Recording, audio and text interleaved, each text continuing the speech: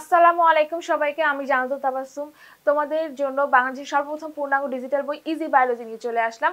Easy biology বইয়ের সকল সমাধানের জন্য কিউআর কোড রয়েছে, যেটা স্ক্যান করলেই আমরা হাজির হয়ে যাব তোমাদের সে প্রশ্নের সহজ সমাধান দিতে। আমাদের ইজি বায়োলজি বইতে বেসিক কনসেপ্ট থেকে শুরু করে সকল বোর্ডের সৃজনশীল প্রশ্ন, এমসিকিউ প্রশ্ন, এমনকি তোমাদের জন্য এক্সক্লুসিভ ভাবে তৈরি করা রোড টু বিষয় 100 সাজেশন, সাইকেল সাজেশন এবং বোর্ড অ্যানালিসিস দেওয়া হয়েছে, যাতে তোমরা খুব সহজে খুব সুন্দরভাবে খুব কম সময়ে একটা 100% প্রিপারেশন পেতে পারো। আজকের ক্লাসে আমরা অধ্যায় 13 দিনাজপুর 2020 সালের প্রশ্নটা সলভ করব। তো চলো আজকে ক্লাসে শুরু করে ফেলি। আজকে দেখো, এই উদ্দীপকটাতে বাস্তুতন্ত্রের 3টা উপাদান দিয়ে উদ্দীপক দেওয়া হয়েছে। আমরা বুঝতে পারছি বাস্তুতন্ত্রের 3টা উপাদানই আসলে আমাদের এই প্রশ্নে থাকবে। প্রথম প্রশ্ন হচ্ছে কমেন্সেরিজম কি? কমেন্সেরিজম হচ্ছে কি একটা ধনাত্মক আন্তঃক্রিয়া। এখন আমরা সেটার সংজ্ঞাটা লিখবো যে এটা কোনটাকে বলা হচ্ছে কমেন্সেরিজম। কমেন্সেরিজম হলো এক ধরনের ধনাত্মক আন্তঃক্রিয়া যেখানে সহযোগীদের মধ্যে একজন উপকৃত এবং আরেকজন যদি উপকৃত নাও হয় তাহলেও কোনো ক্ষতি করবে না। ঠিক আছে, তাহলে এটাকে আমরা কমেন্সেরিজম বলবো। যেমন রোহিণী উদ্ভিদ একটা কমেন্সেরিজমের উদাহরণ। এর পরের প্রশ্নটা কি? পরের প্রশ্নটা হচ্ছে কি মশা এবং ডেঙ্গু ভাইরাসের মধ্যে কি ধরনের খাদ্য শিকল বিদ্যমান, ব্যাখ্যা করো। তোমাদের বইতে মশা এবং ডেঙ্গু ভাইরাসের মধ্যে সম্পর্ক দিয়ে একটা খাদ্য শিকল লেখা আছে। মশা এবং ডেঙ্গু ভাইরাসের মধ্যে পরজীবী খাদ্য শিকল বিদ্যমান। পরজীবী মানে অবশ্যই যে অন্যজনের উপর নির্ভর করে বেঁচে থাকে, তার নিজের দেহ থেকে বড় আকারের পোষক দেহ বসবাস করে, তার থেকে খাদ্য গ্রহণ করে। এই ধরনের একটা খাদ্য শিকল হচ্ছে পরজীবী খাদ্য শিকল। তো এই ধরনের খাদ্য শিকল দেখা যায় উদ্ভিদ প্রাণী অধিকাংশ ক্ষেত্রে কি করে, নিজেদের চেয়ে বড় আকারে পোষক দেহ থেকে খাদ্য গ্রহণ করে। যদি মশা ডেঙ্গু ভাইরাসের কথা বলি, তাহলে ডেঙ্গু ভাইরাস মশার উপর নির্ভর করে আছে, মশার ভিতরে থাকবে। মশা কি করে, তার নিজের গর্ভস্থ লার্ভার বিকাশের জন্য রক্তের প্রয়োজন হয়, তখন সে মানুষের রক্ত চুষে খায়। তো তার মানে এই মশা কার উপর নির্ভরশীল? অবশ্যই মানুষের উপর নির্ভরশীল। এবং মানুষের রক্ত যখন সে খেতে যায়, তখন ডেঙ্গু ভাইরাসটা কি করে, মশার মাধ্যমে সেই ডেঙ্গু ভাইরাসটা মানুষের ভিতরে প্রবেশ করে। যখন ডেঙ্গু ভাইরাসে প্রবেশ করে, তখন ডেঙ্গু ভাইরাস মানুষের শরীরে প্রবেশ করার পর একটা উপযোগী পোষক দেহ পায়, যেখানে সে নিজের মতো করে প্রচুর বংশবৃদ্ধি করতে পারে এবং সেই মানুষের ডেঙ্গু জ্বরে আক্রান্ত হয়। তাহলে এইভাবে একটা পরজীবী আরেকটা পরজীবীর উপর নির্ভর করে আছে। ডেঙ্গু ভাইরাস মশার উপর নির্ভর করে আছে, মশা মানুষের উপর নির্ভর করে আছে। এই ধরনের সম্পর্ক বা এই ধরনের খাদ্য শিকলকে আমরা বলবো পরজীবী খাদ্য শিকল। এবং এখানে কোনো উৎপাদক নেই, মানে মানুষ কিন্তু এখানে কোনো উৎপাদক না, তাই এই খাদ্য শিকলকে অসম্পূর্ণ খাদ্য শিকল বলা হয়। এখন তারপরে প্রশ্নটা দেখি গয়ের জন্য। উদ্দীপকের বি এর উপাদানসমূহ ব্যাখ্যা করো। এখন উদ্দীপকের বি বলতে কোন ধরনের উপাদানকে বোঝানো হয়েছে? আমরা যদি বাস্তুতন্ত্রের 3টে উপাদানের কথা চিন্তা করি, সেটা কি কি? বাস্তুতন্ত্রের 3টে উপাদান রয়েছে, একটা হচ্ছে কি জড় উপাদান, একটা ভৌত উপাদান, আর একটা হচ্ছে কি জীব উপাদান। ঠিক আছে, আমাদের যে বইতে ফ্লোচার্ট আছে, প্লাস আমাদের বেসিক কনসেপ্টেও কিন্তু আমি একটা ফ্লোচার্ট দিয়েছি, যেখানে উদাহরণ সহ প্রত্যেকটা উপাদান, মানে প্রত্যেকটা বাস্তুতন্ত্রের উপাদানই কিন্তু এখানে লেখা আছে, উদাহরণ সহই থাকবে। এবং উদাহরণটা মাথায় থাকলেই তোমরা কিন্তু অ্যান্সারটা খুব ভালো করে করতে পারবা। তো বাস্তুতন্ত্রের বি দিয়ে বোঝাচ্ছে জড় উপাদান। তার জড় উপাদানের মধ্যে কে কে আছে? অজৈব এবং জৈব উপাদান। তাহলে আমাদেরকে কি কি ব্যাখ্যা করতে হবে? জৈব এবং অজৈব দুটো উপাদান সম্পর্কে ব্যাখ্যা করে দিতে হবে, ঠিক কিনা দেখি আমরা। এখানে বলেছে যে উদ্দীপকের প্রবাহ চিত্রে বি দ্বারা জড় উপাদান, বাস্তুতন্ত্রের জড় উপাদানকে বোঝানো হয়েছে। এই বাস্তুতন্ত্রের জড় উপাদান অজৈব এবং জৈব এই দুই ভাগে বিভক্ত করা হয়েছে। তাহলে আমরা অজৈব উপাদান এবং জৈব উপাদান দুটো সম্পর্কে ব্যাখ্যা করবো, যেভাবে বইতে দেওয়া আছে। অজৈব বস্তু কি? পানি, বায়ু এবং মাটিতে অবস্থিত খনিজ পদার্থ, অর্থাৎ যেসব পদার্থ কোনো জীব দেহ থেকে আসে নাই, কিন্তু জীবের উদ্ভবের আগেই পরিবেশে ছিল। অর্থাৎ যে উপাদানগুলো জীব দেহ থেকে আসবে না, তাদেরকে আমরা অজৈব দিয়ে সংবোধন করব। তাহলে অজৈব মানে হচ্ছে যেটা জীবদেহ থেকে আসে নাই, সেই ধরনের বস্তুগুলো বাস্তুতন্ত্রের অজৈব উপাদান। এখন কারা কারা? ক্যালসিয়াম, পটাশিয়াম, লৌহ, nitrogen, magnesium, oxygen, carbon dioxide, এগুলো কোনো জীবদেহ থেকে আসে না, এরা হবে অজৈব উপাদান। আর জৈব উপাদান কি? জীব থেকে আসে জৈব, তার মানে জীবদেহ থেকে যে উপাদানগুলো আসছে, অথবা উদ্ভিদ এবং প্রাণীর বর্জ্য পদার্থ বা জীবের মৃতদেহ থেকে যে সকল জড় বস্তু বাস্তুতন্ত্রে যোগ হচ্ছে, তাদেরকে বলা হয় জৈব উপাদান। এগুলোর আরেকটা নাম কি? হিউমাস। হিউমাসের ভিতরে কি কি আছে? যখন কোনো জীব মারা যায়, তখন তাদের তাদের দেহটাকে অণুজীবগুলো পচিয়ে ফেলে। তো যখন পচিয়ে ফেলে, পচানোর ফলে সেখান থেকে অনেক সরল উপাদান তৈরি হচ্ছে। তো কি কি জিনিস পচিয়ে ফেলে? সেই জীবটার দেখা যায় কোষ ভেঙে ফেলে, টিস্যু ভেঙে ফেলে, অঙ্গ এগুলো ভেঙে ফেলে। তার মানে কি, উদ্ভিদ এবং প্রাণীর কোষ, টিস্যু, অঙ্গ এগুলোই হচ্ছে হিউমাসের উপাদান। তার মানে এগুলো দিয়ে হিউমাসটা তৈরি হচ্ছে। আর যখন যে মাটিতে হিউমাস থাকবে সেই মাটিটা অনেক বেশি উর্বর, সেই মাটিতে জৈব বস্তু বেশি পরিমাণে রয়েছে, এটা উদ্ভিদের জন্য বেশি পুষ্টিকর। এই কারণে সেই মাটিতে সবচেয়ে বেশি চাষ হয়। দেখা যায় জৈব সার আমাদের উদ্ভিদের জন্য প্রয়োজন, উদ্ভিদের ফলন বৃদ্ধির জন্য জৈব সার প্রয়োজন। হিউমাস সমৃদ্ধ মাটি কিন্তু বিভিন্ন প্রাণীও পছন্দ করে।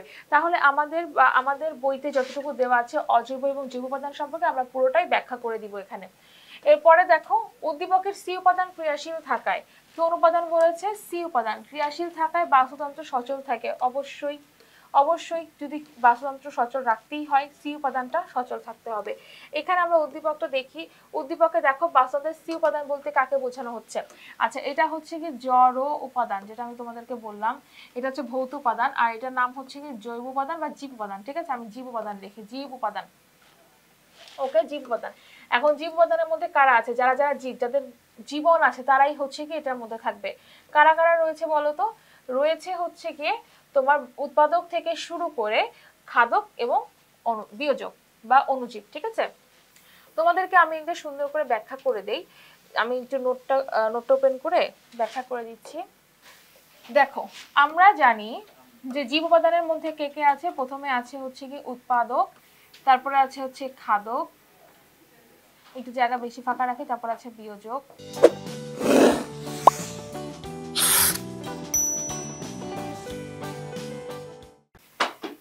এখন উৎপাদক কারা? উৎপাদক হচ্ছে যারা নিজের খাবার নিজে তৈরি করতে পারে, অর্থাৎ সবুজ উদ্ভিদ। সকল সবুজ উদ্ভিদ সূর্য আলোর সাহায্যে সালোক সংশ্লেষণ প্রক্রিয়ায় শর্করা জাতীয় খাদ্য প্রস্তুত করে এবং শর্করা জাতীয় খাদ্য উদ্ভিদের মূল, কাণ্ড, পাতা, ফুল, ফল এগুলোতে জমা রাখে। এই ধরনের উৎপাদকগুলো কি করছে? অন্যান্য জীবদের খাবার হিসেবে রয়েছে, অন্যান্য জীবদের খাদ্যটাকে সরবরাহ করছে, শক্তিটাকে সরবরাহ করছে। তাহলে সবুজ উদ্ভিদ যদি না থাকতো তাহলে কিন্তু এই পৃথিবীর বাস্তুতন্ত্র সচল থাকতো না। এখন এরপরে আমরা যদি খাদকের কথা চিন্তা করি, খাদক মানে হচ্ছে যে সকল জীব অন্য জীবের উপরে খাবারের জন্য নির্ভর করে থাকে, তারাই হচ্ছে কি খাদক। এই খাদকগুলোকে কয়েকটা শ্রেণীতে ভাগ করা হয়। প্রথমটাকে বলা হচ্ছে প্রথম স্তরের খাদক, তারপরে রয়েছে হচ্ছে দ্বিতীয় স্তরের খাদক, তারপরে রয়েছে হচ্ছে তৃতীয় স্তরের খাদক, তারপরে রয়েছে হচ্ছে কি সর্বোচ্চ স্তরের খাদক। ঠিক আছে, তাহলে এখন আমরা এটাকে কিভাবে ব্যাখ্যা করব? আমরা প্রথমত হচ্ছে প্রথমে যেটা আছে প্রথম স্তরের খাদক, এটা কি এই সকল প্রাণীরা সরাসরি ভাবে সবুজ উদ্ভিদকে ভক্ষণ করে। তাহলে যে সকল প্রাণী সবুজ উদ্ভিদকে খেতে পারে তাদেরকে কি বলা হয়? তৃণভোজী প্রাণী বলা হয়, এবং তারা হচ্ছে প্রথম স্তরের খাদক। তাহলে তৃণভোজী প্রাণী কারা? যারা হচ্ছে গরু, ছাগল, এরা হচ্ছে তৃণভোজী প্রাণী, বা হরিণ, এগুলো হচ্ছে তৃণভোজী প্রাণী। তাহলে এগুলো হচ্ছে সরাসরি ভাবে সবুজ উদ্ভিদকে খাবার হিসেবে গ্রহণ করে। দ্বিতীয় স্তরে খাদক কারা? যারা হচ্ছে প্রথম স্তরের খাদকদের ভক্ষণ করে, তারাই হচ্ছে দ্বিতীয় স্তরের খাদক। যেমন গরু, ছাগল, বা হচ্ছে আমি যদি হরিণের কথা চিন্তা করি, তারা কারা খাচ্ছে? তারাই হচ্ছে দ্বিতীয় স্তরের খাদক হবে। যেমন বাঘ একটা দ্বিতীয় স্তরের খাদক, কেন? কারণ সে হরিণকে খাবার হিসেবে গ্রহণ করছে, এ কারণে সে হচ্ছে দ্বিতীয় স্তরের খাদক হবে। তৃতীয় স্তরের খাদক হচ্ছে যারা দ্বিতীয় স্তরের খাদকদের ভক্ষণ করে, তারাই তৃতীয় স্তরের খাদক। যেমন আমরা যদি আরেকটু শিকলটাকে লম্বা করি, যেমন আমাদের পরিবেশে যেমন ঘাস রয়েছে, ঘাসকে খায় হচ্ছে ঘাসফড়িং। তাহলে ঘাসফড়িং যেহেতু ঘাসকে সরাসরি খায়, তাহলে সে হচ্ছে প্রথম স্তরের খাদক। দ্বিতীয় স্তরের খাদককে ঘাসফড়িংকে খায় হচ্ছে কি ব্যাঙ। তাহলে ব্যাঙ কি হবে? ব্যাঙ হচ্ছে কি দ্বিতীয় স্তরের খাদক হবে। ব্যাঙকে ভক্ষণ করে হচ্ছে কি সাপ, তাহলে সাপ কি হবে? তৃতীয় স্তরের খাদক হবে, কারণ সে হচ্ছে সরাসরি ভাবে উদ্ভিদকে ভক্ষণ করতে পারবে না, এই কারণে। আর তারপর হচ্ছে সর্বোচ্চ স্তরের খাদক। সর্বোচ্চ স্তরের খাদক হচ্ছে যে হচ্ছে তৃতীয় স্তরের খাদকদের ভক্ষণ করে, তাকে বলা হয় সর্বোচ্চ স্তরের খাদক। কে আছে? উত্তর হচ্ছে কি সাপকে খায় বাজ পাখি, তার মানে বাজ পাখিকে আমরা সর্বোচ্চ স্তরের খাদক বলতে পারি। তাহলে এই বিভিন্ন স্তরের খাদকরা একে অন্যের উপর নির্ভরশীল।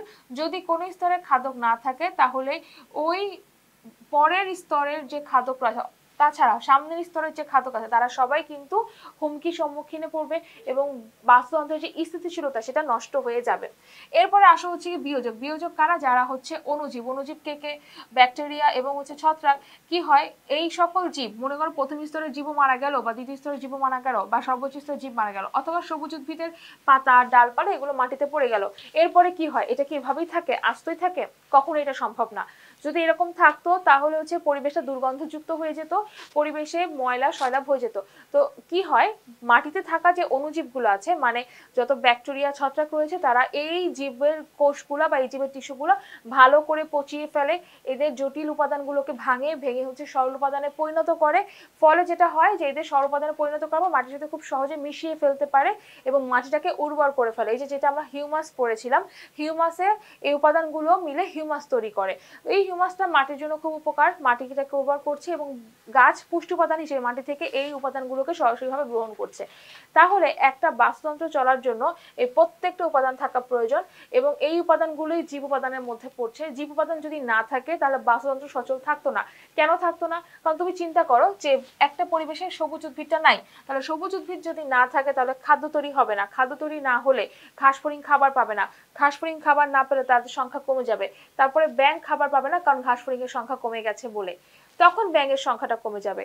যদি কমে যায় তাহলে সাপও খাবারের অভাবে পড়বে, তাদের সংখ্যা কমে যাবে। আর সাপের সংখ্যা যদি কমে যায়, সর্বোচ্চ স্তরের খাদ্য খাবার পাবে না, তাদের সংখ্যাটাও কমে যাবে, বিলুপ্তির পথে হাঁটা দিবে।